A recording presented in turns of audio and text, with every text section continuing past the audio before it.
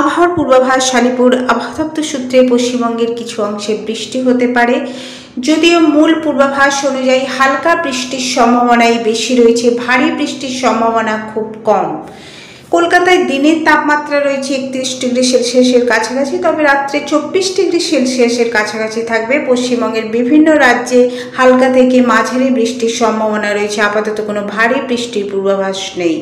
কলকাতার আকাশ সাধারণত বৃষ্টির সম্ভাবনা থাকলেও মূলত আকাশ মেঘলা থাকবে, তবে অন্যান্য রাজ্যেও বৃষ্টির পূর্বাভাস অনেকটাই কম, তবে আপাতত কোনো ভারী বৃষ্টির পূর্বাভাস নেই। অক্টোবরের শেষের দিকে ঘূর্ণিঝড়ের প্রবেশ রয়েছে।